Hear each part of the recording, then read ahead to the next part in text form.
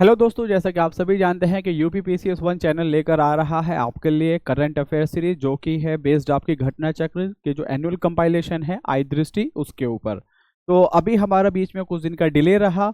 ये delay basically कुछ exam की भी डेट को लेकर कन्फ्यूजन थी और कुछ मेरी भी कुछ पर्सनल रीज़न रहे। इस वजह से हम इसे नहीं कर पाए थे, लेकिन आगे हम कोशिश करेंगे कि इसको हम जल्द से जल्द कंप्लीट कर लें। अब जो एग्ज़ाम है वो आपका दो डेट आ रही हैं आपके सामने, 7 और 8 दिसंबर। इन दोनों डेट में या तो इन दोनों डेटों में होगा या इनमें से किसी एक डेट पर होगा, अभी जिसकी ऑफिशियल कंफर्मेशन नहीं हुआ है।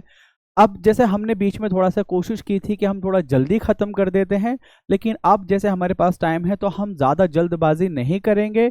हम टॉपिक को देखेंगे और उसमें मैं क्या अपनी साइड से ऐड कर सकता हूँ उस चीज़ को भी हम देखते हुए चलेंगे।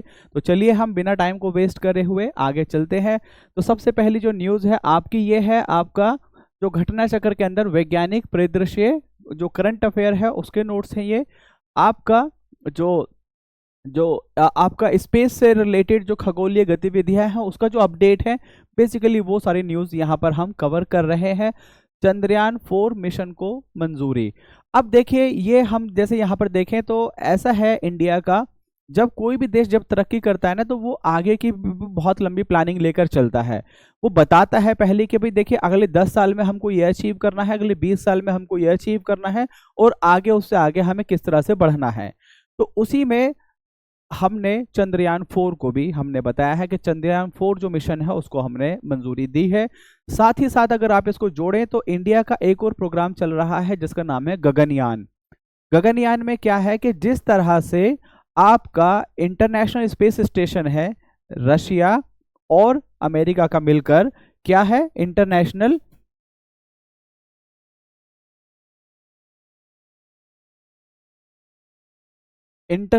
स्पेस स्टेशन है, जो कि है आपका किसका, रशिया प्लस यूएसए, इन दोनों का मिलाकर है आपका इंटरनेशनल स्टेशन।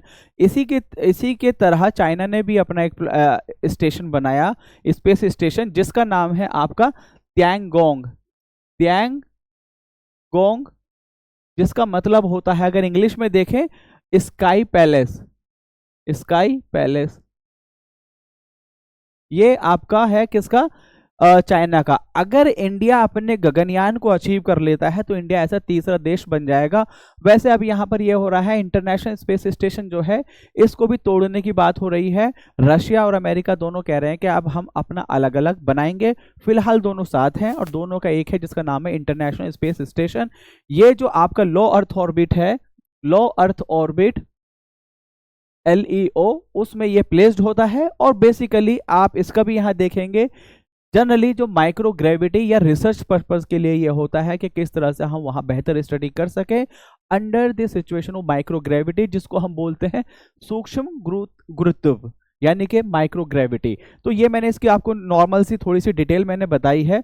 बाकी अगर हम यहाँ इसको देखें तो ये है कि आपका चंद्रयान 4 मिशन को, इस मिशन के तहत चंद्रमा की सतह पर सफलतापूर्वक लैंडिंग करने के पश्चात पृथ्वी पर वापस आने में प्रयोग होने वाली प्रौद्योगिकी का विकास एवं प्रदर्शन किया जाएगा।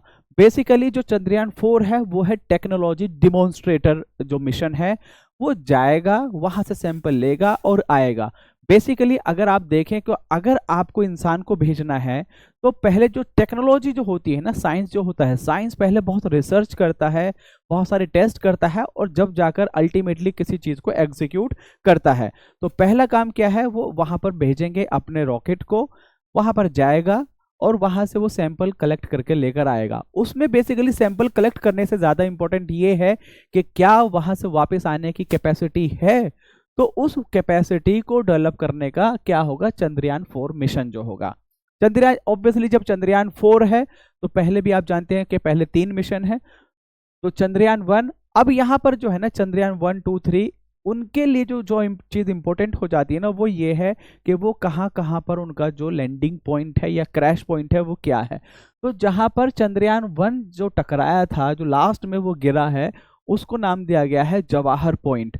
चंद्रयान 1, मैं यहाँ पर ये बताता हूँ, जो चंद्रयान 1 है वो जहाँ पर टकराया उसका नाम है जवाहर स्थल।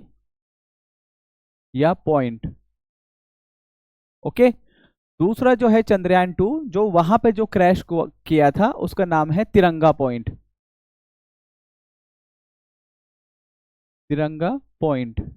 और जो C3 जहां पर सफलतापूर्वक लैंड हुआ था उसका नाम है शिव शक्ति। ठीक है। अब ये जो इसके बारे में थोड़ा सा और डिटेल में देख लेते हैं, ये कब सफलतापूर्वक लैंड हुआ था? 23 अगस्त 23 अगस्त को। इसकी सफलता के उपलक्ष्य में 23 अगस्त को नेशनल स्पेस डे घोषित कर दिया गया है। क्या कर दिया गया है? National space day. इसी तरह से है एक national science day. National science day है आपका रमन इफेक्ट की, उसमें जो 28 फरवरी को मनाया जाता है national science day. National space day आपका 23 यानी कि 23 अगस्त को मनाया जाता है। किस उपलक्ष्य में मनाया जाता है? कि चंद्रयान 3 की सफलतापूर्वक लैंडिंग हुई थी और जिस पॉइंट पे लैंड हुआ था उसका नाम है शिव शक्ति। और यही नहीं, अब आगे हम एक चीज और देखते हैं। एक तो होता है जो चंद्रयान मिशन है ना, उसमें जो चंद्रमा के चारों तरफ चक्कर लगाएगा, और एक जो वहां पर लैंड करेगा।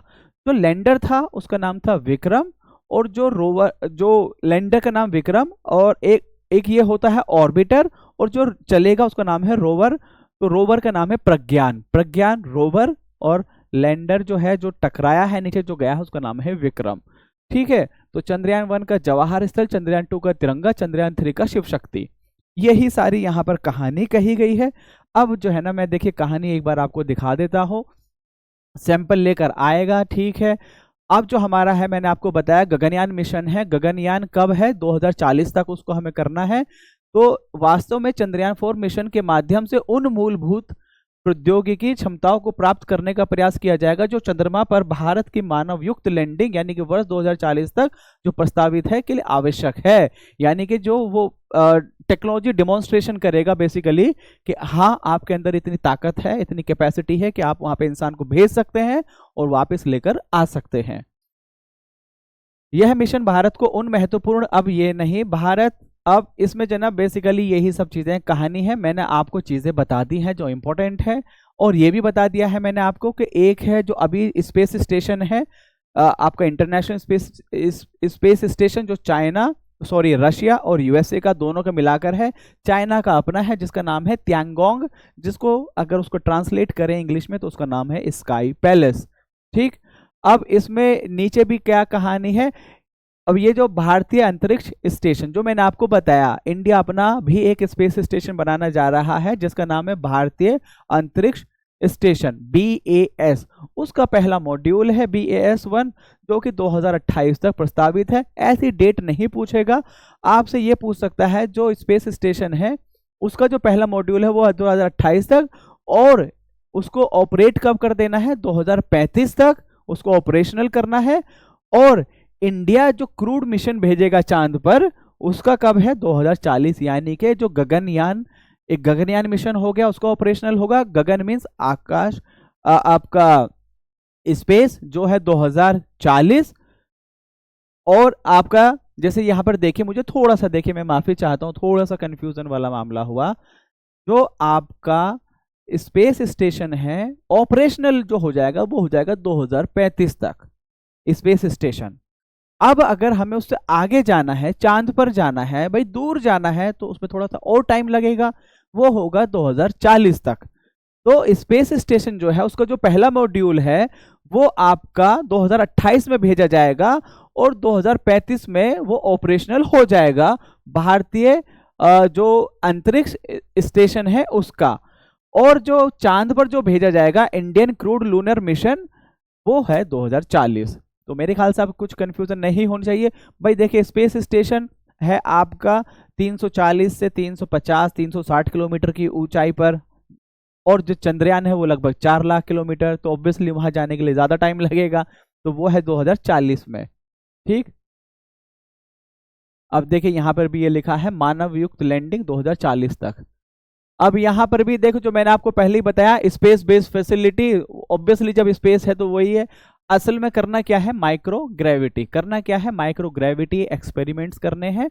और ज्ञातव्य है कि वर्ष 2040 तक भारतीय मानव युक्त चंद्र mission, Indian crewed lunar mission को प्रक्षेपित करने के जो लक्ष्य निर्धारित किया गया है 2040 तक। ठीक है, अब एक है Venus orbiter mission. Venus orbiter mission, जिस तरह से इसका नाम है वॉर्म, ये सिमिलरली है जिस तरह से था हमारा मॉम। मॉम था मार्स ऑर्बिटर मिशन। अब जो अर्थ है, अर्थ के इधर क्या हो गया, मार्स हो गया, अर्थ से पहले इधर क्या है, वीनस है।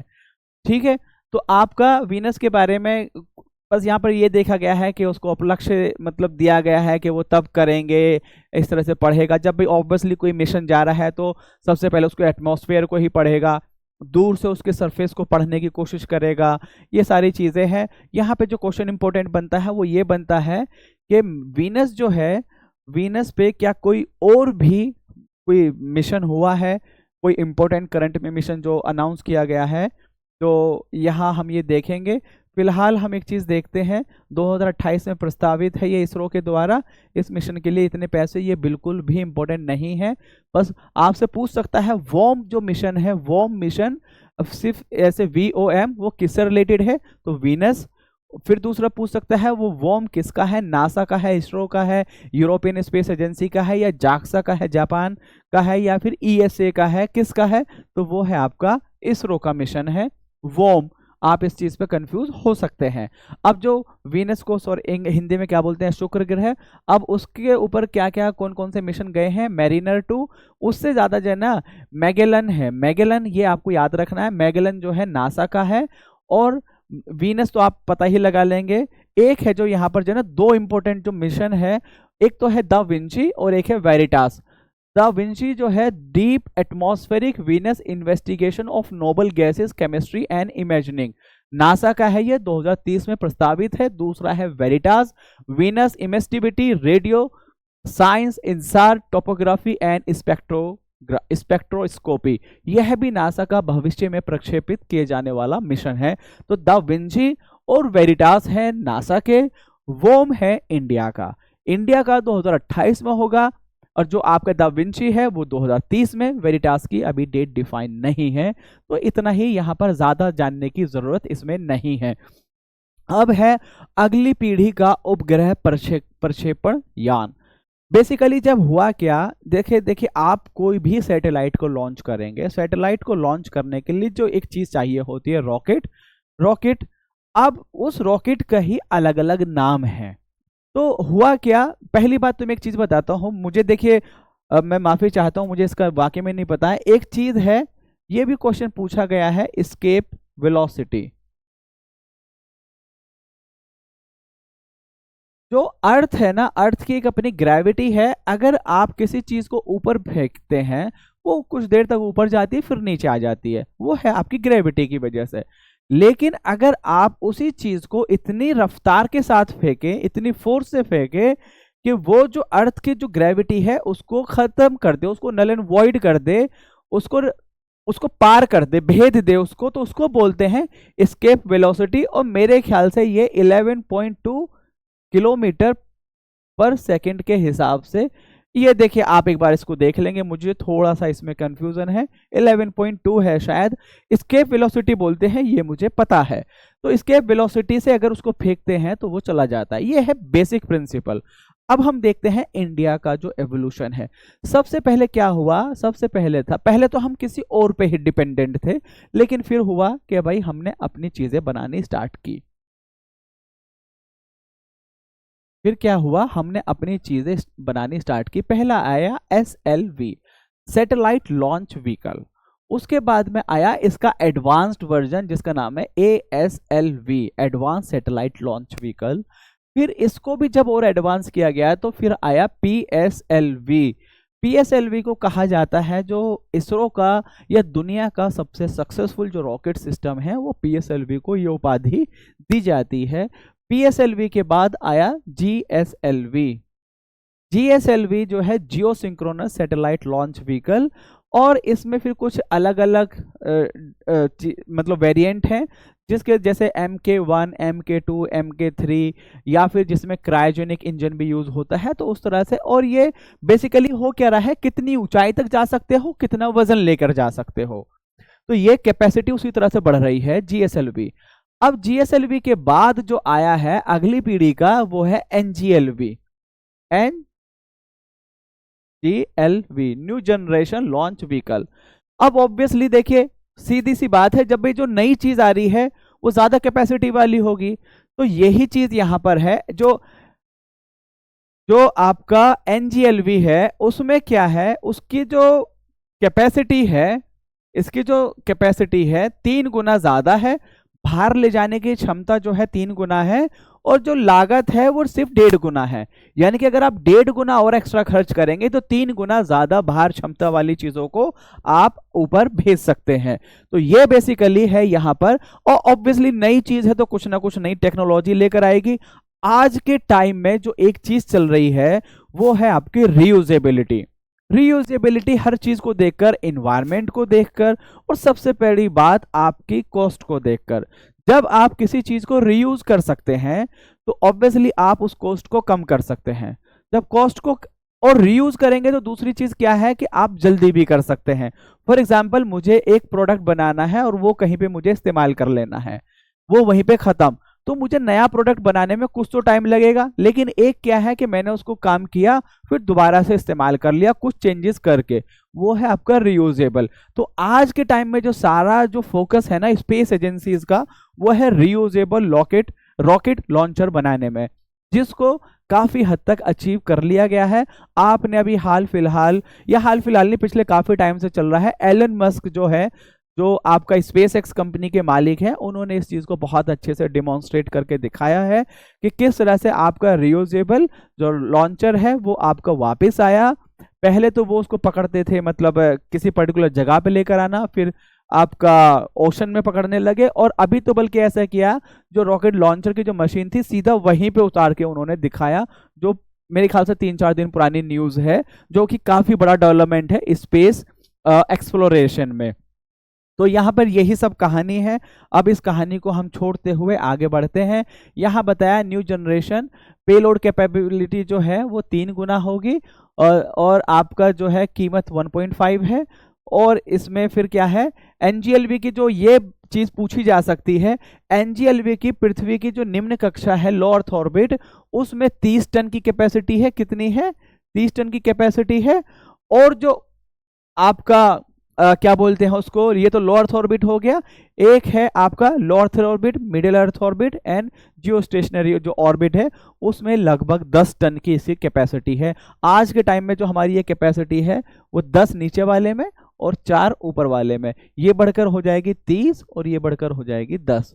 ये है बेसिकली जो NGLV है, सारी कहानी ये है।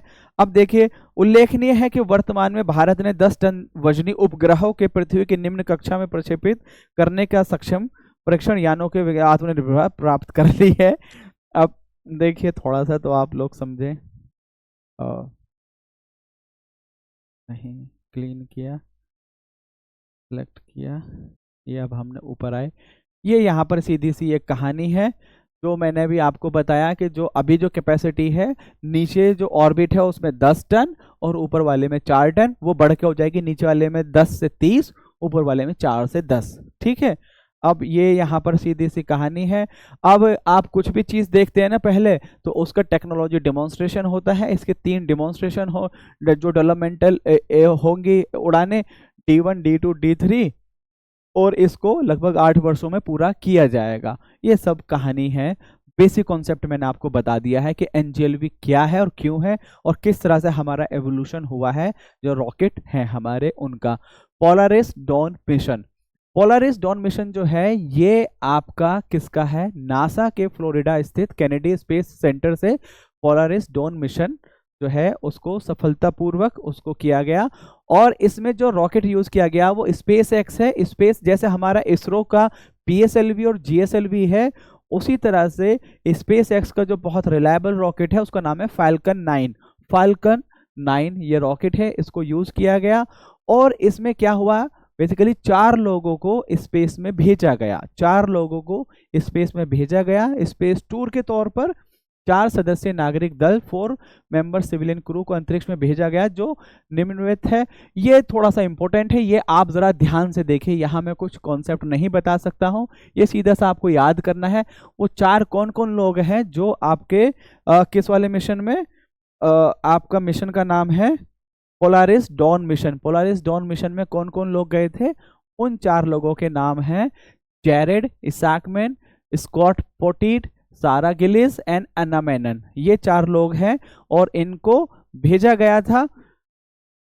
बेसिकली इसमें आपकी एक जो चीज है जो थोड़ा सा टफ करके पूछ सकता है, वो ये पूछ सकता है कि first ever commercial space walk. Space walk क्या होती है? बेसिकली आप जो अंतरिक्ष यान है उससे बाहर निकलेंगे, एक जो मतलब कुछ एक रस्सी टाइप से आपसे बंधी रहेगी, उस रस्सी से बंधे हुए आप स्पेस स्टेशन से बाहर निकलेंगे, जो मशीन है आपकी, और फिर आप बाहर चलेंगे। इसको स्पेस वॉक बोलते हैं। First ever commercial space walk. Commercial है, आप पैसे दीजिए और जाइए। बाकी पहले आपसे पहले आपकी जो गवर्नमेंट के साइड से होता है, चाहे इंटरनेशनल स्पेस स्टेशन या फिर आपका त्यांगोंग, इसमें आपका और जो काम की चीज़ है ये बिल्कुल भी काम की चीज़ नहीं है। इतने घंटे की स्पीड है ऐसा कुछ भी सवाल वो नहीं पूछता है। इसमें एक चीज़ है जो काम की है इस वाले मिशन में, कि आप जैसे और भी मिशन हुए हैं वो जाते हैं लगभग 100 किलोमीटर 150 किलोमीटर तक, ये जो है 1408 किलोमीटर गया है। यानी कि जो कॉमर्शियल लेवल पे जो है ना सबसे ऊंची उड़ान जो उड़ी है वो पोलारिस डॉन मिशन के द्वारा उड़ाई गई है। और इसको ये कहा जाता है जो अपोलो मिशन था उसके बाद, देखिए अपोलो मिशन में भी आदमी गए थे, इसमें भी आदमी है, तो उसके बाद हाइट पे जाने वाला ये सेकंड हाईएस्ट इन्होंने हाइट अचीव की है पोलारिस डॉन मिशन ने, जिसमें 4 लोग थे। 4 लोगों के मैंने नाम बताया, एक भी इसमें इंडियन नहीं था। इंडियन नहीं था मैंने इसलिए बोला क्योंकि आगे कुछ मिशन में आप देखेंगे जिसमें इंडियन भी गए हैं और एक मिशन में इंडियंस को चुना गया है। ठीक है, तो इसमें आपका पोलारिस डॉन मिशन में कोई इंडियन नहीं था। 4 लोग थे, चारों के नाम एक बार फिर बता देता हूं। जेरेड इसाकमैन, स्कॉट पोटीट, सारा गिलिस, अन्ना मेनन। ठीक है, और इसमें बताया गया है कि ये पृथ्वी की सतह से 1408 किलोमीटर की ऊंचाई तक उड़ान भरने में सफल रहा। यह दूरी पृथ्वी से इंटरनेशनल स्पेस स्टेशन, जो इंटरनेशनल स्पेस स्टेशन है उससे लगभग 3 गुना ज़्यादा है। तो इस इंटरनेशनल स्पेस स्टेशन किस किस के बीच में है? एक रशिया और एक आपका USA, United States of America, इन दोनों के बीच में कोलैबोरेशन है। लेकिन आने वाले टाइम में ये कोलैबोरेशन टूट जाएगा। दोनों ने इस चीज़ को अनाउंस कर दिया है कि हम अपना अलग अलग बनाएंगे। चाइना का इंडिपेंडेंट है जिसका नाम है त्यांगोंग। इंडिया बना रहा है जिसका नाम है आपका भारत अंतरिक्ष स्टेशन, जिसका पहला मॉड्यूल भेजा जाएगा 2028 में और उसको कंप्लीट कर लिया जाएगा 2035 में। चांद पर हम पहुंचेंगे 2040 में। ठीक है, आगे बढ़ते हैं। अब देखिए पोलारिस डॉन मिशन, अब इसकी यहाँ बेसिक इन्फॉर्मेशन है। पोलारिस डॉन मिशन पोलारिस कार्यक्रम के तहत आयोजित होने वाले 3 मानव अंतरिक्ष उड़ान मिशनों में से पहला मिशन था। ओके, इसमें और भी उड़ानें होंगी। इस कार्यक्रम का नामकरण पोलारिस नामक एक तारामंडल कॉन्स्टिलेशन के नाम पर रखा गया है। इस कॉन्स्टिलेशन में कितने हैं? 3 सितारों का एक तारामंडल है, यानी कि 3 तारे हैं इसमें, जिसे आमतौर पर नॉर्थ स्टार के नाम से जाना जाता है। जब भी पहले आदमी भटक जाते थे ना, तो ये आपका गाइडिंग के तौर पे काम करता था, रास्ता दिखाने के तौर पे काम करता था नॉर्थ स्टार। जो पहले लोग भटकते थे, समुद्री यात्रा करते थे, आज तो नेविगेशन है आपके पास, बहुत लेटेस्ट सैटेलाइट कम्युनिकेशन, सारी सब चीज़ें हैं, पहले इसी के द्वारा चलते थे। तो ये जो कॉन्स्टिलेशन है उसका क्या नाम है? नॉर्थ स्टार के नाम से जाना जाता है। इस मिशन के दौरान अब ये है, ये एक बताई है कि वहाँ एक मूवी है, उसके गाने को बजाया गया, गाया गया। ये हमारे मतलब काम की चीज़ नहीं है। ऑब्वियसली जब उसे नीचे भेजा जाएगा तो किसी कम्युनिकेशन लिंक, कम्युनिकेशन क्या है, स्टार लिंक जो है वो भी किसकी? एलन मस्क की कंपनी है, उसके सैटेलाइट कम्युनिकेशन के द्वारा भेजा गया। तो ये चीज़ है, ये कहानी है, इतना ज़्यादा आपको नहीं जानना है। आईएस इंटरनेशनल स्पेस स्टेशन हेतु संयुक्त एक्सियोम स्पेस और इसरो मिशन, एक्सियोम स्पेस और इसरो दोनों के बीच में कोलैबोरेशन हुआ है, जिसमें 2 इंडियंस को चुना गया है, एक पहले प्राइम मेंबर, दूसरे उनके बैकअप के तौर पर। इनको भेजा जाएगा आपका international space station. International space station किस किस का है? यूएसए और रशिया का। पहले, अब से पहले क्या कोई इंडियन स्पेस में गया है? तो गए हैं। कौन गए हैं? राकेश सिन्हा, या सर मुझे उनका ना पूरा नाम याद नहीं आ रहा। मैं यहाँ देखता हूँ अगर यहाँ लिखा हो और उसके बाद जो है according to it an Indian astronaut will be sent to, इस मिशन के तहत एक इंडियन को इंटरनेशनल स्पेस स्टेशन जो है अंतर्राष्ट्रीय अंतरिक्ष स्टेशन पर भेजा जाएगा। तो पहले जो है उसमें वो है जो प्राइम मेंबर है वो है ग्रुप कैप्टन शुभांशु शुक्ला, ये मेन है। और इनके बैकअप में कौन है, ग्रुप कैप्टन प्रशांत बालाकृष्णन नायर। ये आपके दोनों नाम हो जाते हैं बहुत इंपॉर्टेंट, ये दोनों नाम बहुत इंपॉर्टेंट हो जाते हैं। और जैसे आप देखेंगे ना, इंडिया का जो स्पेस स्टेशन के लिए जो लोगों को चुना गया है, 4 लोगों को, उनमें से 2 नाम यही हैं। तो 2 नाम बस और अलग आपको याद करने हैं। ये आपको याद करना है, इसरो और एक्सियम स्पेस के बीच में जो कोलैबोरेशन हुआ है, यानी कि एक इंडियन को भेजा जाएगा इंटरनेशनल स्पेस स्टेशन, अंतरराष्ट्रीय अंतरिक्ष स्टेशन पर भेजा जाएगा। तो उसमें क्या नाम है, कैप्टन शुभांशु शुक्ला एंड प्रशांत बालाकृष्ण नायर, ये आपका हो जाएगा। अब यहाँ से हम आगे चलते हैं। देखिए बाकी सब कहानी है कि इस तरह से पढ़ा जाएगा, इस तरह से करा जाएगा। गगनयान मिशन देखो यहीं पर ये दिख गया। अब मैं आपको यहीं पर दिखा देता हूँ जो 4 नाम हैं। 4 नाम 2024 में प्रधानमंत्री नरेंद्र मोदी ने गगनयान मिशन हेतु नामित 4 अंतरिक्ष यात्रियों को एस्ट्रोनॉट विंग्स प्रदान किए गए। तो किन किन को, ये बहुत इंपॉर्टेंट हो जाता है, यहाँ पूछ लिया जाएगा किसको नहीं दिया गया है या इनमें से कौन है। तो पहले है आपके प्रशांत बालकृष्ण नायर, जो मैंने बताया उसमें भी है, और कैप्टन शुभांशु शुक्ला ये उसमें भी है जो एक्सियोम स्पेस के साथ हुआ है। 2 और कौन कौन है, अजीत कृष्णन एंड अंगद प्रताप।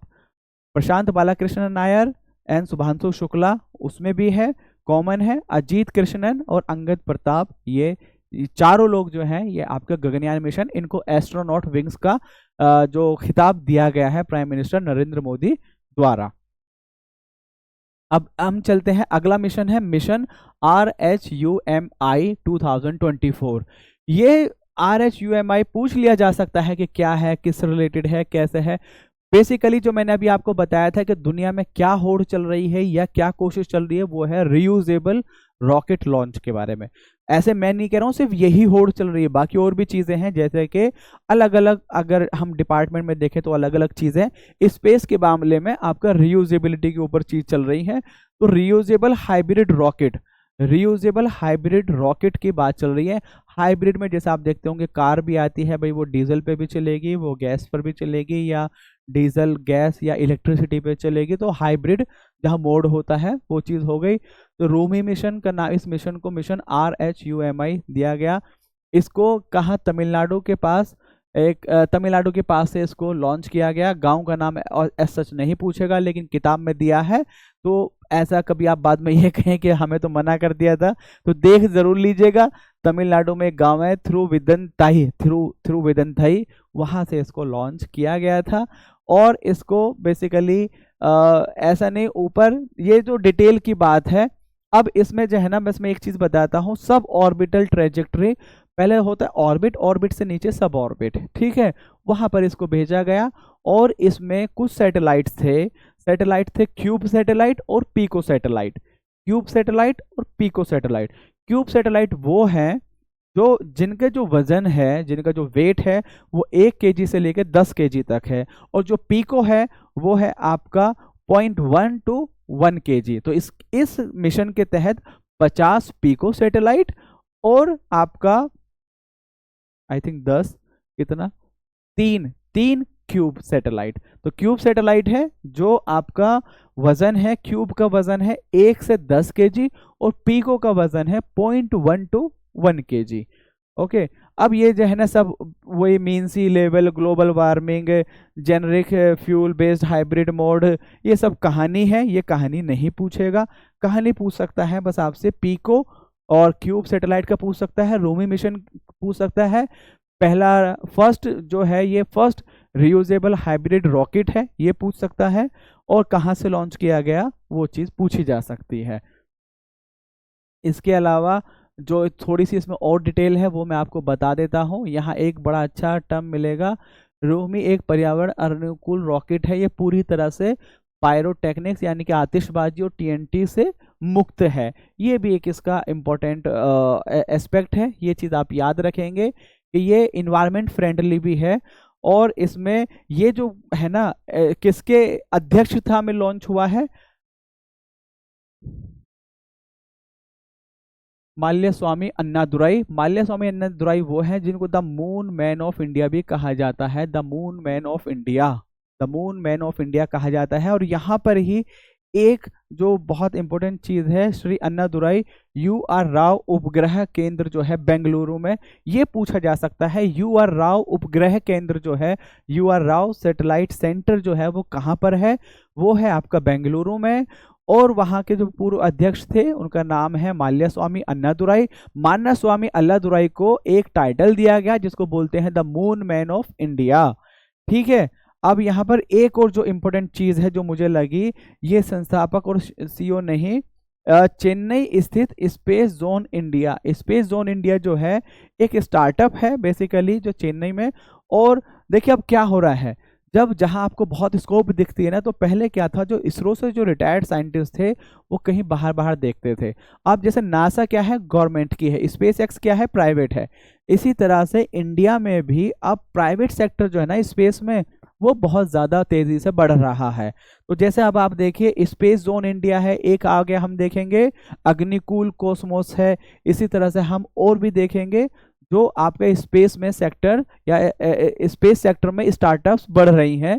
तो ऑब्वियसली क्या है ना, जब आपको एक ऐसा इन्वायरमेंट मिले जहाँ पे आप ग्रो कर सकें और साथ ही साथ आपको काम भी मिले और साथ ही साथ आपको ये भी दिखे कि फ्यूचर में स्कोप है, तो वहाँ पर लोग आने लगते हैं। और जो गवर्नमेंट की फिर ऐसी पॉलिसी हो जो आपके डेवलपमेंट में हेल्प करे, तो इंडिया में आज के टाइम में स्पेस सेक्टर पे काफ़ी ध्यान दिया जा रहा है। तो ये हो गया आपका Mylswamy Annadurai moon man of India. और उसके नीचे यू आर राव उपग्रह केंद्र, ये है बेंगलुरु में। अब हम इसके आगे चलते हैं, इसके आगे क्या है जो काम की चीज़ है। इस रॉकेट को तमिलनाडु के ऐसे इस रॉकेट को doctor APJ Abdul Kalam satellite launch vehicle mission, basically एक मिशन है जो हमारे फॉर्मर प्रेसिडेंट हैं या जो साइंटिस्ट हैं आपके डॉक्टर एपीजे अब्दुल कलाम व्हीकल मिशन 2023, इसके तहत इसको डेवलप किया गया। और इसमें क्या था बेसिकली, स्कूल जो है ना 2500 स्कूल स्टूडेंट को बोला गया था कि आप लॉन्च व्हीकल डिज़ाइन कीजिए। और उसी के तहत फिर जो मैंने आपको बताया पीको और क्यूब सैटेलाइट्स भी डेवलप किए गए और उनको लॉन्च किया गया इसके द्वारा। तो ये आपका हो गया मिशन जो रोमी है, ये आपका पहला विश्व में पहली बार एक रियूजेबल हाइब्रिड रॉकेट का मोबाइल लॉन्चर द्वारा प्रत्यक्ष मतलब लॉन्च किया गया। ठीक है, और मून मैन ऑफ इंडिया ये आपको याद रखना है। अब है SSLV D3EOS-08। SSLV है, अब क्या है, जैसा हमने बताया कि SLV, ASLV, PSLV, GSLV। अब जो PSLV की कैपेसिटी बहुत ज़्यादा है। अब जैसे मान लीजिए फॉर एग्जांपल आपको है लखनऊ से मान लीजिए जैसे आपको दिल्ली से नोएडा जाना है, आपके लिए एक कैब है, एक गाड़ी है, एक छोटी सी जिसमें 2 लोग बैठ सकते हैं, आप चले जाइए। अभी क्या हो गया ना, बस बन गई, सिर्फ बस चल रही है। अब चाहे 2 लोग हो चाहे 100 लोग हो, वो बस ही चलेगी। लेकिन जब 100 जा रहे हैं तो बस की कैपेसिटी है अच्छी है, उसमें जो फ्यूल खर्च हो रहा है एक इकोनॉमी आ जाता है, 100 लोग ठीक से चले जाएंगे, यानी कि कंपनी भी नुकसान में नहीं रहेगी। लेकिन क्या अगर सिर्फ 2 लोगों को भेजना है, 3 को भेजना है, या तो बस वाले कहेंगे भाई हम नहीं ले जा रहे, तो इन लोगों का नुकसान है। और इन लोगों को अगर बस लेकर चले 2 लोगों को 3 लोगों को, तो फिर बस कंपनी का नुकसान है। तो यही दिक्कत हो रही थी बेसिकली, क्योंकि अब जैसे मैंने आपको बताया ना स्कूल वाले बच्चे भी डिजाइन कर रहे हैं क्यूब सैटेलाइट, पिको सैटेलाइट। अब छोटे छोटे से सैटेलाइट है, 1-1 किलो के, 2-2 किलो के माइक्रो सैटेलाइट हैं। अब अगर उनको लॉन्च करना है तो PSLV के थ्रू, GSLV के थ्रू, जहां करोड़ों करोड़ों का खर्चा आ रहा है, तो किस तरह से हम इस कॉस्ट को बियर करेंगे। तो हुआ क्या कि हमने जो सैटेलाइट लॉन्च व्हीकल है वो भी थोड़े छोटे कर दिए। उसी के तहत है SSLV, small satellite launch vehicle. एक तो ये तरीका अपनाया है, दूसरा तरीका ये है जिसमें एक ही आपकी फ्लाइट में मल्टीपल सैटेलाइट्स को लॉन्च किया जाएगा, जैसा कि इसरो ने एक बार 104 सैटेलाइट भी लॉन्च किए हैं। ठीक है, एक ही उड़ान में। वो बेसिकली कॉस्ट को लेकर ही है। अब ये सब कहानी है second stage, multiple stage, earth observation. अब जो EOS है तो अर्थ ऑब्जर्वेशन सैटेलाइट है, तो भैया वो जियो ऊपर वाली में तो जाएगा नहीं, जियो सिंक्रोनस में तो कम्युनिकेशन सैटेलाइट जाएगा, अर्थ ऑब्जर्वेशन वाला नीचे ही रहेगा। तो 475 की ऊंचाई पर, किलोमीटर की ऊंचाई पर स्थित कक्षा में स्थापित कर दिया गया है। 200 किलोग्राम, ये सब इसमें काम की चीजें नहीं है। पेलोड है, एक बार यूपीपीसीएस ने क्वेश्चन पूछ लिया था कि कौन कौन से पेलोड थे, तो तब से सारे कोचिंग वाले ये सब पेलोड देने लगे। लेकिन इतने ज़्यादा पेलोड हैं कि मेरे ख्याल से जिन्हें याद कर पाना बहुत मुश्किल है। लेकिन फिर भी मैं अपनी साइड से भी, देखिए टीचर का काम क्या है, बताना, समझाना, तो मैं तो अपना धर्म निभाऊंगा। मेरा धर्म है आपको बताना। इनमें से एक पेलोड है, 2 पेलोड को लेकर गया है। एक पेलोड है लोरा M2M, एक पेलोड है लोरा M2M, और दूसरा SRM public rickshaw mode, space rickshaw mode payload को भी लॉन्च करने वाला प्रथम भारतीय स्कूल। ये आपको याद रखना है। एक स्कूल का इसमें ये हुआ है, SRM public school, SRM public school space rickshaw mode को किसी भी पेलोड में लॉन्च करने वाला प्रथम भारतीय स्कूल बन गया है। पहला तो मैंने बताया 2 पेलोड हैं, लोरा M2M and space rickshaw mode.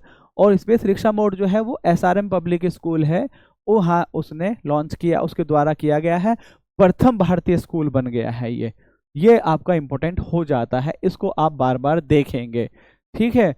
ये मैंने डिटेल बताई है। जो क्यूब सैटेलाइट है उसका वह 1 से 10 kg, और जो पीको सैटेलाइट है उसका 0.1 to 1 kg। अब हम जो EOS है, अर्थ ऑब्जर्वेशन सैटेलाइट 08 है, जो 8वें नंबर का, इसमें इसका वजन बताया है, 3 पेलोड बताए हैं। भाई मेरा काम है पेलोड बता देना, आपका काम है उसे याद करना, रटना, समझना। समझा मैं दूंगा। EOIR electro optical infrared payload, GNSS-R global navigation satellite system reflectometry payload, and SIC UV dosimeter. मैं फिर वही बता रहा हूँ, हर चीज़ की एक कैपेसिटी होती है, हर चीज़ में हमें ये पता होना चाहिए कितना टाइम देना है। भाई देखिए मेरा काम तो क्या है, किताब को खड़े होकर पढ़ देना, कुछ आपको समझा देना। लेकिन ऐसा नहीं है कि हर चीज़ ही आपको रटनी है, एक आपकी भी कैपेसिटी है, उस कैपेसिटी के हिसाब से चलना है। तो बहुत ज़्यादा नहीं, बस एक सरसरी तौर पर एक निगाह ऐसे लगा लें कि हाँ अगर ऐसा कुछ दिख जाए, एग्जाम में दिख जाए, तो उसे आदमी सॉल्व कर ले। ये SSLV मैंने आपको पहले बताया, स्मॉल सैटेलाइट लॉन्च व्हीकल, ये कि इतनी हाइट है, इतने किलोग्राम, ये 10 से 500 किलोग्राम भार तक के छोटे सूक्ष्म एवं nano, mini, micro and nano satellites को 500 किलोमीटर तक की रेंज तक ले जा सकता है। ये इसमें एक चीज़ है, 3 स्टेज इंजन है, 3 स्टेज रॉकेट है, और सॉलिड प्रोपल्जन स्टेजेस हैं तीनों इसमें। कुछ में ऐसा जैसे आप देखेंगे GSLV पहले 2 सॉलिड और तीसरा क्रायोजेनिक, तो जो आपका लिक्विड है आपका, इस तरह से आप देख सकते हैं। ये कई सारी जगह पूछा जाता है कि all solid, all liquid, solid plus liquid, ये आप ध्यान से देखेंगे।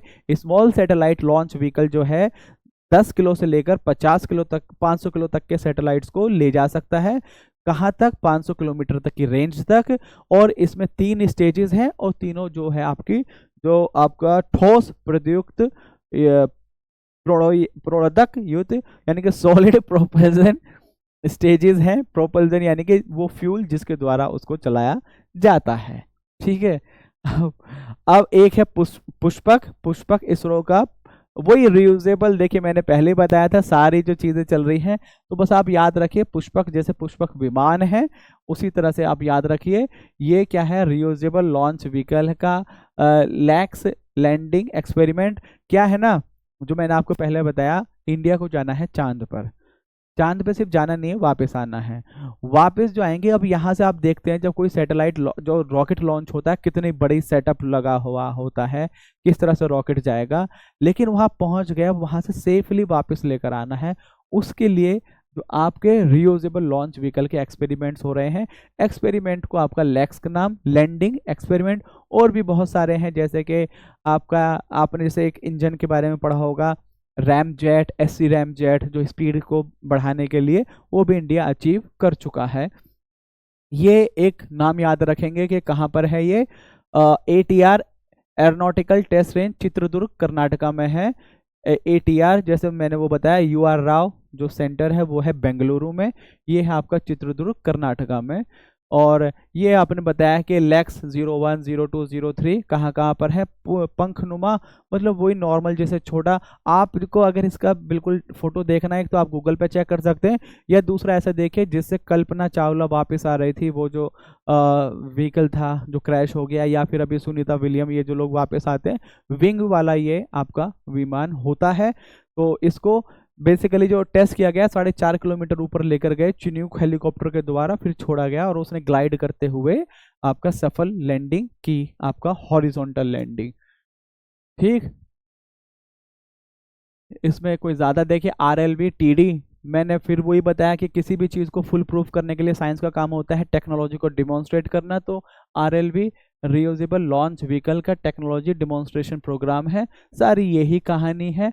आपका लैक्स हैक्स हो गया हाइपरसोनिक, जो मैंने बताया आपको, SC मतलब रैम जेट और SC रैम जेट, और वो आपका वो भी इंडिया अचीव कर चुका है। दूसरा लैक्स लैंडिंग एक्सपेरिमेंट, पहले तो हमें स्पीड फिर लैंडिंग, तभी हम सफलतापूर्वक उन लोगों को अपने पास ले पाएंगे। और आपका रैक्स हो गया return and flight experiment, space x scramjet propulsion experiment जो मैं आपको बता चुका हूँ। RLV TD के ये यही कहानी है, इससे ज़्यादा कहानी का मामला कुछ है नहीं।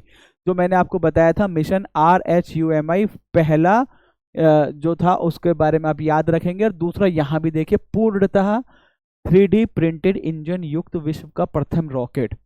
ये जो इसका जो इंजन है ना उसको पूर्णतः प्रिंट किया गया है 3D टेक्नोलॉजी के द्वारा।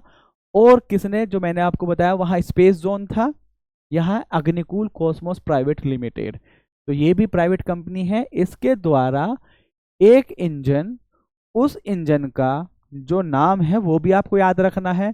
और ये अग्निकुल कॉस्मोस जो है इसने एक लॉन्च प्लेटफॉर्म भी बनाया है, जैसा कि आप बहुत ज़्यादा सुनते होंगे सतीश धवन स्पेस सेंटर जहां से लॉन्च होते हैं, इसी तरह से अग्निकुल कॉस्मोस ने भी बनाया है जिसका नाम है धनुष। इन लोगों ने नाम रखा धनुष, जैसे वो होता है ना छोड़ने के लिए, तो लॉन्च करने के लिए उस लॉन्च पैड का नाम इन्होंने रखा है धनुष। अग्निकुल कॉस्मोस ने भारत के प्रथम निजी लॉन्च पैड को धनुष का नाम दिया गया है।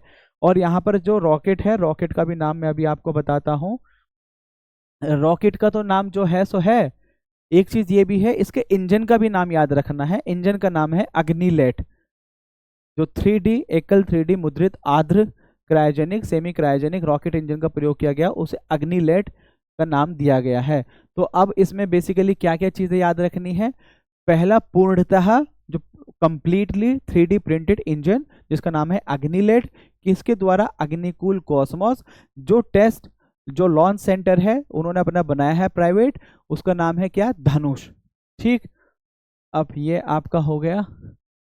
नहीं, इतना ज्यादा आगे कहाँ तक जा रहा है। अब यहाँ देखो वही सारी कहानी है। इस कहानी में हाँ, अग्निबाण रॉकेट का नाम है। अब मैं एक बार से समराइज कर देता हूँ या लिख ही देता हूँ।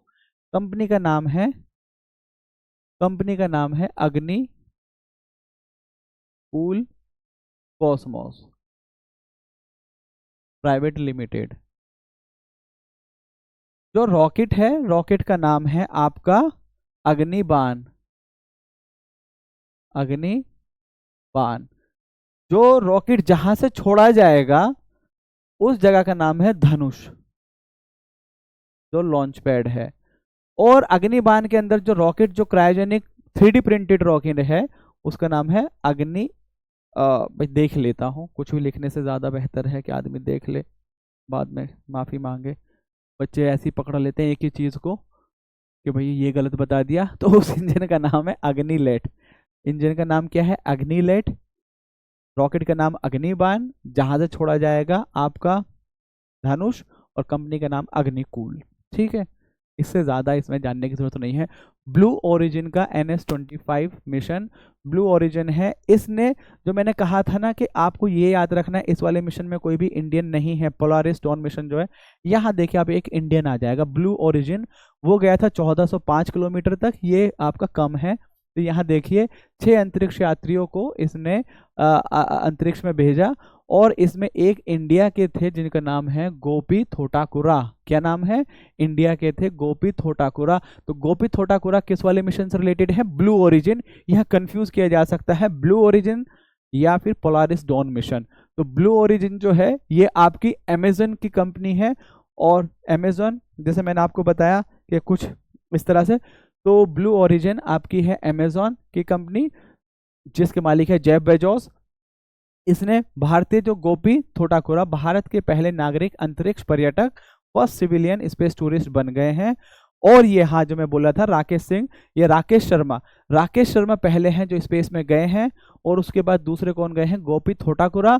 और जो 2 इंडियन को चुना गया है आपका इंटरनेशनल स्पेस स्टेशन पे जाने के लिए, उनके नाम, और जो 4 इंडियन को आपका एस्ट्रोनॉट विंग्स के खिताब से नवाजा है हमारे प्राइम मिनिस्टर श्री नरेंद्र मोदी जी ने, उन चारों के नाम, ये आपको नाम याद रहने चाहिए। तो ये दूसरे भारतीय नागरिक बन गए हैं वहां ऊपर जाने वाले।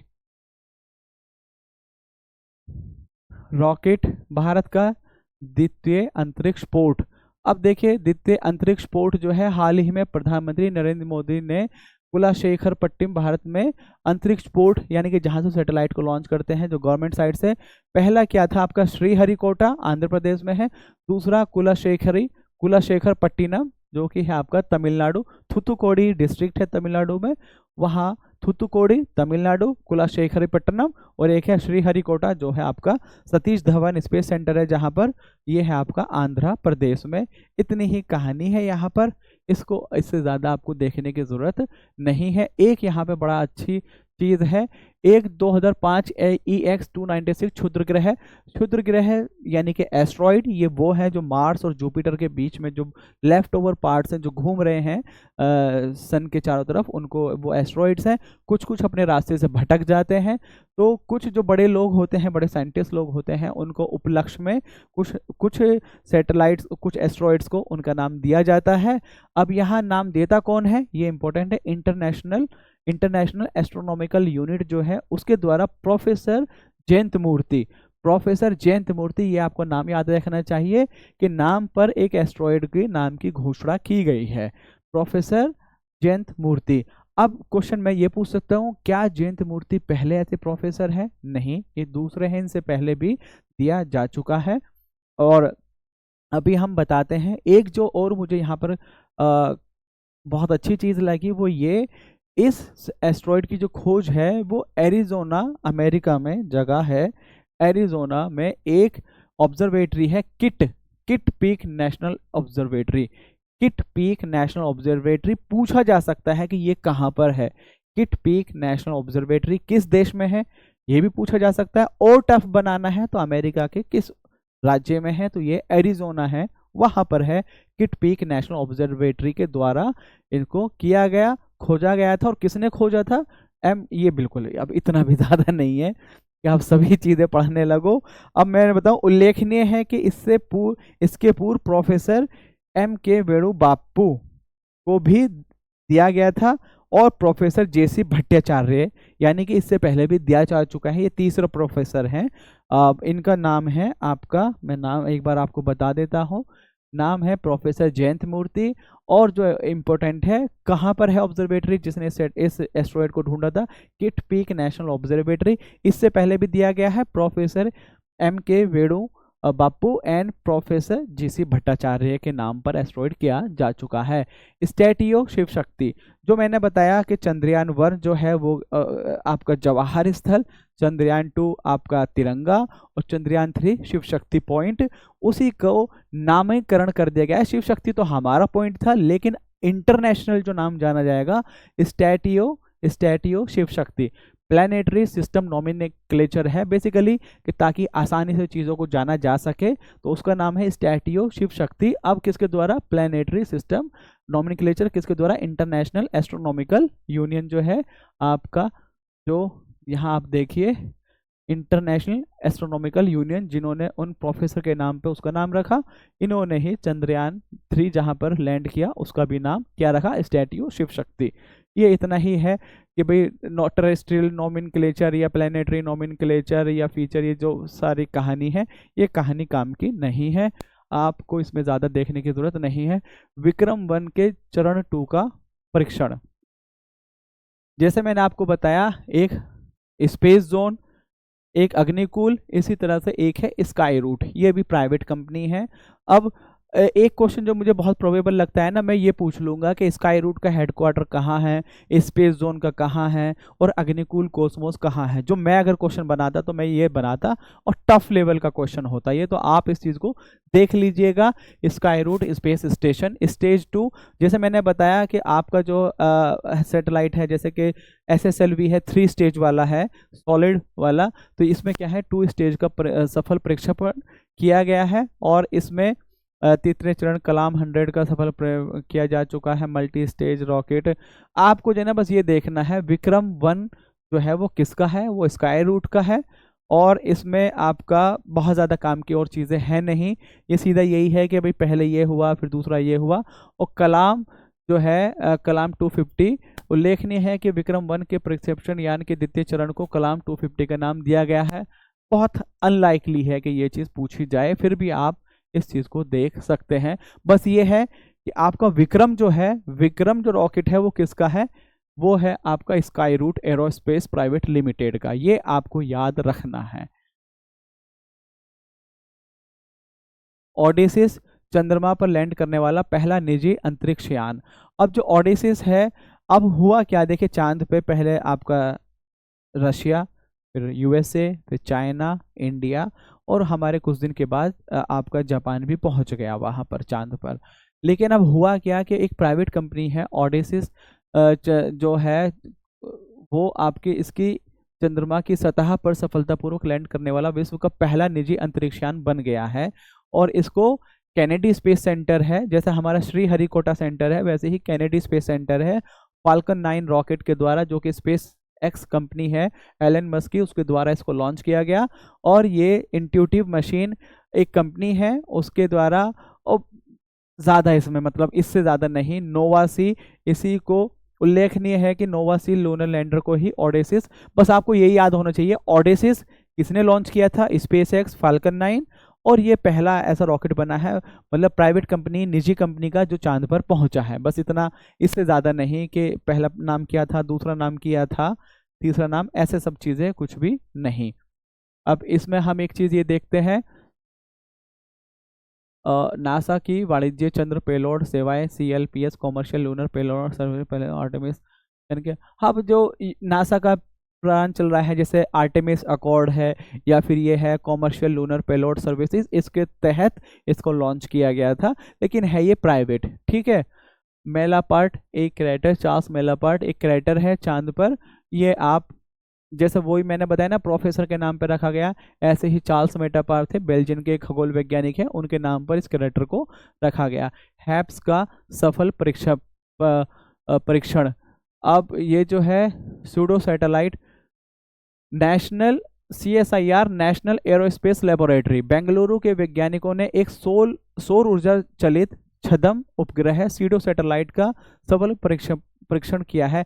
हैप्स जो है वो सीडो सैटेलाइट यानी कि छद्म उपग्रह, आप इसको देख सकते हैं, ये बेसिकली क्या है, UAV, वास्तव में एक नई पीढ़ी, एक नए तरीके का UAV है जो लंबे टाइम तक रहेगा, और जो लंबे टाइम तक रहते हैं उन्हीं को बोलते हैं HAPS high altitude pseudo satellite, या HALE high altitude long endurance vehicle भी कहा जाता है। हेल या हैप्स बेसिकली वो लंबे टाइम तक रहेगा, और इसका मकसद क्या है, निगरानी करना, इसका जो मकसद है। हैप्स का प्राथमिक उपयोगिता निरीक्षण एवं निगरानी है, साथ ही ये आपदा प्रबंधन में भी उपयोगी साबित हो सकता है, ठीक। अब इसी तरह से GSLV F14 INSAT 3DS mission, ये बस आपको ये याद रखना, हो सकता है पूछ ले कि इनसेट 3DS को किसके द्वारा लॉन्च किया गया, तो लॉन्च किया गया GSLV F14 के द्वारा। और जो इनसेट है तो ये मेट्रोलॉजिकल सैटेलाइट हो गया। अब मेट्रोलॉजिकल है तो disaster warning, enhance metrological observation, इन सब चीज़ों को करेगा। अब भैया बात सीधी सी ये है, जब सैटेलाइट उससे जुड़ा हुआ है डिजास्टर से, आपका अर्थ ऑब्जर्वेशन से, मेट्रोलॉजी से, तो वो किसके अंडर है, ये मिशन केंद्रीय पृथ्वी विज्ञान मंत्रालय के ministry of earth and sciences के अंडर है। और इससे जो डेटा को यूज़ करेंगे ये इंपॉर्टेंट है, ये जो चीज़ है ना ये इंपॉर्टेंट है, ये आपको याद रखना है। इनका हेडक्वार्टर कहाँ कहाँ है, IMD, और IMD के ऊपर तो क्वेश्चन भी पूछ चुका है, सब रीजनल सेंटर्स के ऊपर IMD। फिर दूसरा है national centre for medium range weather forecasting, ये अभी अभी जो UPPCS ने एग्जाम कराए थे, शायद नर्स वाला या आयुर्वेदिक, मुझे अभी वो याद नहीं आ रहा, उसमें ये पूछा था कि ये सेंटर कहाँ है। National centre for medium range weather forecasting Noida, और IITM Indian institute of tropical metrology Pune में है। NIOT national institute of ocean technology Chennai में है। ESSO Indian national centre for ocean information services Hyderabad में है। तो ये चीज आप कर सकते हैं। ये आपको याद रखना है, मैं एक बार फिर से बोल रहा हूँ। IMD national centre for medium range weather forecasting, IITM आपका Pune, NIOT national institute of ocean technology Chennai, ESSO national Indian national centre for ocean information services Hyderabad. अब ये भाई उसकी 14वीं उड़ान थी, 15वीं उड़ान थी, इन सब उड़ानों पे आपको ध्यान नहीं देना है। PSLV का C58 arrow XPoSat mission XPoSat, ये भी एक्सरे पोलैरोमीट्री सैटेलाइट है, और ये PSLV की कुल 60वीं उड़ान है। 60 में से 58 सक्सेसफुल है, इसलिए इसको one of the most successful satellite launch vehicle भी कहा जाता है। देखिए ये रहा X-ray polarimeter satellite, space based polarization measurement, ये सारी चीज़ें नहीं। पेलोड में अब 2 पेलोड लेकर गया, एक तो पॉलिक्स, एक एक्स स्पेक्ट, ये आप याद रख सकते हैं, पॉलिक्स एंड एक्स स्पेक्ट, इनको ये लेकर गया। और साथ ही साथ यहाँ पर क्या है, इसकी यही सारी बात है। पॉलिक्स का प्राथमिक उद्देश्य एक्सोसेट मिशन के नियोजित 5 वर्षीय जीवन काल के दौरान विभिन्न श्रेणियों में चमकीले ब्राइट खगोलीय स्रोतों का निरीक्षण करना है। बेसिकली जो ब्राइट स्पॉट्स हैं, वहां से जो रेज निकलती हैं, उसको एक्सरे ऑब्जर्वेटरी, ताकि बेहतर तरीके से उसको ऑब्जर्व किया जा सके और फिर उसको इंस्पेक्ट किया जा सके कि आखिर इसकी सोर्स क्या है, क्यों है, किस वजह से है। एक्सपोसेट के सफल प्रक्षेपण के साथ भारत ब्लैक होल, न्यूट्रॉन तारों, न्यूट्रॉन स्टार जैसे खगोलीय स्रोतों का अध्ययन करने के लिए एक वेधशाला प्रक्षेपित करने वाला विश्व का दूसरा देश बन गया है। ये आपको याद रखना है। पहला नासा USA, दूसरा एक्सपोसेट इसरो एंड इंडिया। ठीक है, अब इसमें आपका देखिए, ये मैंने यहाँ बता ही दिया आपको, नासा ने 2021 में IXPE किया था, हमारा एक्सपोसेट है। इसके अंदर 10 पेलोड है, अब 10 तो आप याद रखेंगे नहीं, फिर भी मैं बोल देता हूँ। एक है RSEM, दूसरा है VSAT, तीसरा बिलीफ सेट, फिर है गीता ग्रीन इम्पल्स ट्रांसमीटर, और इसमें आपके ये सब है। एक चीज़ है जो मैं आपको बताता हूँ, अब थोड़ा सा काम की नहीं, यहाँ 130, ये मुझे लग रहा है कि पेज गलत प्रिंट हो गया है, 131 मिसिंग है, 131 है यहाँ पर। अब देखिए, जो मैंने वो 10 आपके थे, उसके बाद में नासा का साइकी अंतरिक्षयान लॉन्च, इसमें डीप स्पेस, बेसिकली बस आप इसको एक नज़र देख लीजिएगा, इसमें बहुत ज़्यादा कुछ खास ये नहीं था। बस ये है कि जो आप एस्ट्रॉइड पे भेजते हैं, तो आप एस्ट्रॉइड यानी कि क्षुद्र ग्रह नहीं, एस्ट्रॉइड जो मार्स और जुपिटर के बीच में जो घूम रहे हैं, तो उन पे जो ना बहुत मेटल रिच भी है, तो उसकी ऑब्जर्वेटरी के लिए कि भाई आपको किससे मतलब एक्सप्लोरेट करने के लिए ही है। साइकी अंतरिक्षयान के साथ नासा का डीप स्पेस ऑप्टिकल कम्युनिकेशन नामक एक प्रयोग एक्सपेरिमेंट भी भेजा गया है। और साइकी का नासा का एक अंतरिक्ष मिशन है जिसे साइकी नाम के ही धातु समृद्ध क्षुद्रग्रह, हाँ क्षुद्रग्रह, मेटल रिच एस्ट्रॉइड के अध्ययन हेतु प्रारंभ किया गया है। देखिए, मैं जो आपसे बोलता हूँ ना 2 लाइन में, तो वो यही होता है कि पूरा पढ़ लिया है, बस आपको समरी बता दी, जिसमें बहुत ज़्यादा रटने की ज़रूरत नहीं है। जहाँ होती है वो मैं खुद आपसे बोल देता हूँ। तो साइकी मिशन किसका है? आपका साइकी मिशन है आपका नासा का, और मेटल रिच एस्ट्रॉइड या धातु समृद्ध क्षुद्रग्रह की स्टडी के लिए। और साइकी क्षुद्रग्रह एस्ट्रॉइड जो है, ये भी देखिए किसी के नाम पर है, किसी ने इसको खोजा है, गॉडेस ऑफ द सोल इसका असल में नाम ये है। अब इसमें एक चीज़, जो यूरोप का प्रथम निजी रॉकेट मियोरा लॉन्च, अब जैसे मैंने बताया USA का हो गया फाल्कन जो निजी है, इंडिया का PSLV, GSLV या NGLV जो ये तो है गवर्नमेंट। अब जिसमें दूसरे बताए, अग्निबाण बताया आपको, तो अग्निबाण प्राइवेट कंपनी का है, जो या फिर आपको जैसे मैंने बोला था RHUMI के तहत जो सैटेलाइट लॉन्च हुआ है, मतलब जो रॉकेट लॉन्चर है, तो यूरोप का भी प्रथम है, उसका नाम क्या है? पहले इसका नाम था एरियन, और एरियन को अब क्या कर दिया है म्यूरा के नाम से, म्यूरा के नाम से भी जाना जाएगा। तो यूरोप का प्रथम निजी रॉकेट जो है अब वो मैच दी फॉलोइंग करा सकता है, अमेरिका का ये, इंडिया का ये और यूरोप का ये। तो यूरोप के जो नाम है वो है म्यूरा, उसको पहले एरियन के नाम से जाना जाता था। ये रियूजेबल रॉकेट है, बस इतना ही आपको ध्यान रखना है। PSLV C-57, 58 में हमने पोलर एक्सपोसैट देखा, 57 से Aditya L1 mission. Basically Aditya L1 जो है वो एक स्पेस बेस्ड ऑब्जर्वेटरी है, जो आपकी जिसका आपका काम है, आदित्य मीन्स सूरज, सूर्य की स्टडी को करना। अब उसमें क्या क्या स्टडी करनी है, कैसे कैसे करनी है, वो एक डेप्थ की चीज़ है। बाकी वो एक जगह यहाँ से लगभग 15 लाख किलोमीटर, 1.5 मिलियन किलोमीटर जो पृथ्वी से दूर गया है ये, और वहाँ पर एक पॉइंट है जिसका नाम है लैग्रेंजे पॉइंट, वहाँ पर वो टिका हुआ है। लैग्रेंजे पॉइंट ऐसा होता है बेसिकली जहाँ दो बड़ी बॉडीज होती हैं, उनकी वजह से गुरुत्वाकर्षण होता है या ग्रेविटेशनल या ग्रेविटी फोर्स होती है, और इस छोटे ऑब्जेक्ट की अपनी एक घूमने वाली स्पीड होती है। तो ये आपस में कैंसिल आउट कर देते हैं और वो आप वहाँ पे आसानी से टिक जाता है बिना किसी डिस्टरबेंस के। तो वो बेसिकली लैग्रेंजे पॉइंट है।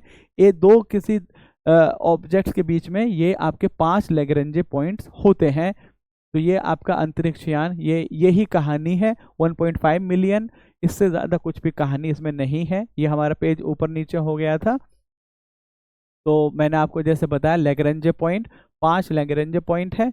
ऐसे स्थल जहां दो विशाल पिंडों जैसे पृथ्वी और सूर्य का संयुक्त गुरुत्वाकर्षण बल किसी छोटे पिंड जैसे अंतरिक्ष यान द्वारा उनके साथ गति करने के लिए आवश्यक अभिकेंद्र बल सेंट्रीपिटल फोर्स के बराबर होता है। तो मैंने आपको 2 लाइन में पहले बता दिया था। कोशिश मतलब पढ़ के ही आता हूँ यहाँ, ऐसे नहीं कि सिर्फ आ गया किताब खोली और उसे पढ़ने लगे। पहले ग्राउंड मतलब प्रिपेयर करता हूँ, पढ़ता हूँ, समझता हूँ, एक्सप्लेन करने की कोशिश करता हूँ, तब आप बच्चों के सामने खड़ा होता हूँ यहाँ पर। तो ऐसा नहीं है कि हमारी टीम सिर्फ आपके लिए किताब लेकर पढ़ रही है। 5 लैग्रेंजे पॉइंट है, और यहाँ पर देखिए इसमें 7 पेलोड लेकर गया, वही है। बस एक बार बोल देता हूँ, वेल्स है, विजिबल इमिशन लाइट, कोरोग्राफ सूट है, सोलेक्स है, हेलियोस है, एपेक्स है, पापा है। पापा इंपॉर्टेंट हो जाता है क्योंकि इसने एक डिस्कवरी की थी एडवांस, फिर एक है advance try axial high resolution digital magnetometer. पापा जो है, पापा पेलोड ने कोरोनल मास इजेक्शन, जो आपका क्या होता है ना, जो सूर्य है वहाँ से कोरोना निकलता है, कोरोनल मास इजेक्शन, और उसकी वजह से अल्टीमेटली धरती पर प्रभाव पड़ता है, हमारी धरती पर, जिसमें आपका मैग्नेटिक फील्ड इम्पैक्ट होता है। तो उसको इसने, उससे सोलर जो विंड्स हैं, सोलर पवन वो बनती सोलर विंड्स का पता लगाया था, उसका इम्पैक्ट का।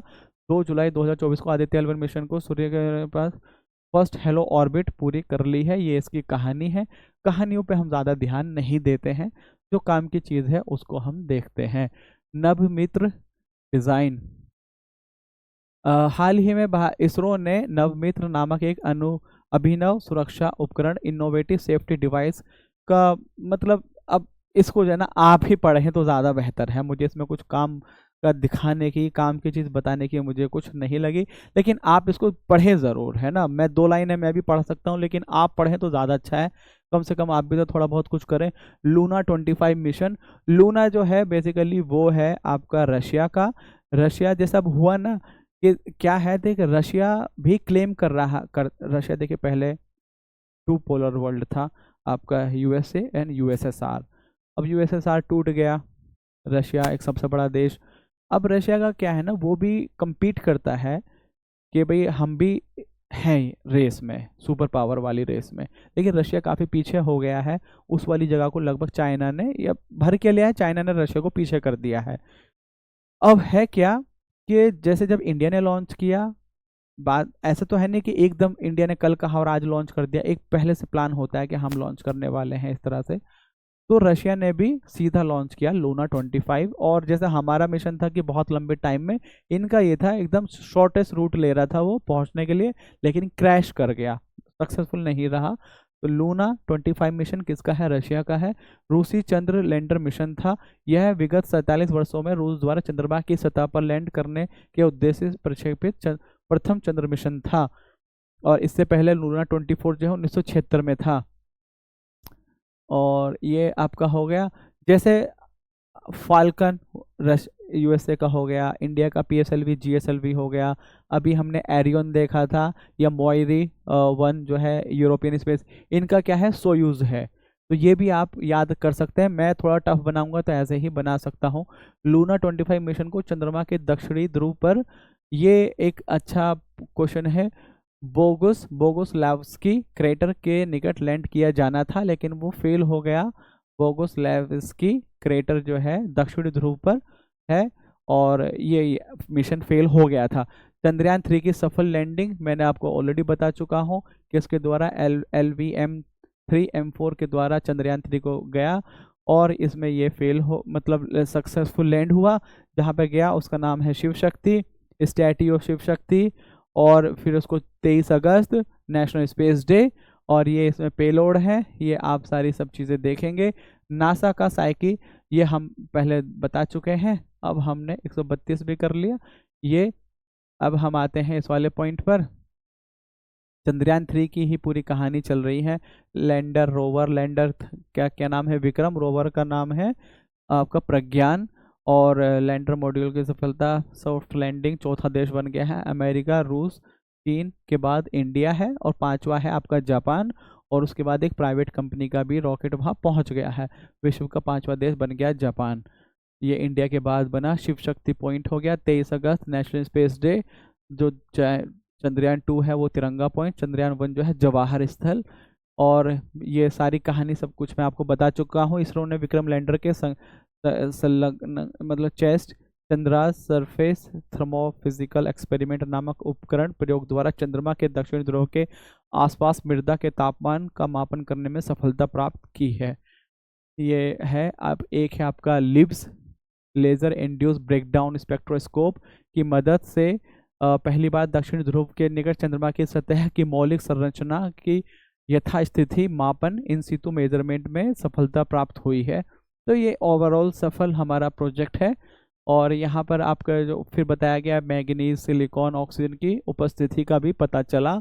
और एक है APXS alpha particle X-ray spectrometer, और इसमें है एक है Rambha radio anatomy of moon bound hyper sensitive ionosphere and atmosphere, जिसमें चंद्रा प्लाज्मा वातावरण का भी मापन किया गया है। एक है इल्सा, और साथ ही साथ मेम्स चंद्रमा पर भेजा गया। मेम्स जो है माइक्रो इलेक्ट्रोमैकेनिकल सिस्टम।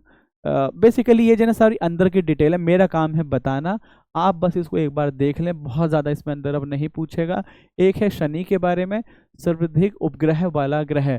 अब पहले इसके पास नहीं थे लेकिन हाल फिलहाल इसके पास बहुत सारे नए जो सैटेलाइट्स हैं वो मिले हैं। किसके द्वारा? इंटरनेशनल एस्ट्रोनॉमिकल यूनियन के द्वारा।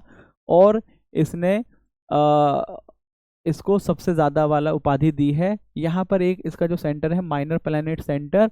माइनर प्लैनेट सेंटर कहाँ है? Cambridge Massachusetts America. उसने बताया कि 83 से बढ़कर 146 हो गई है।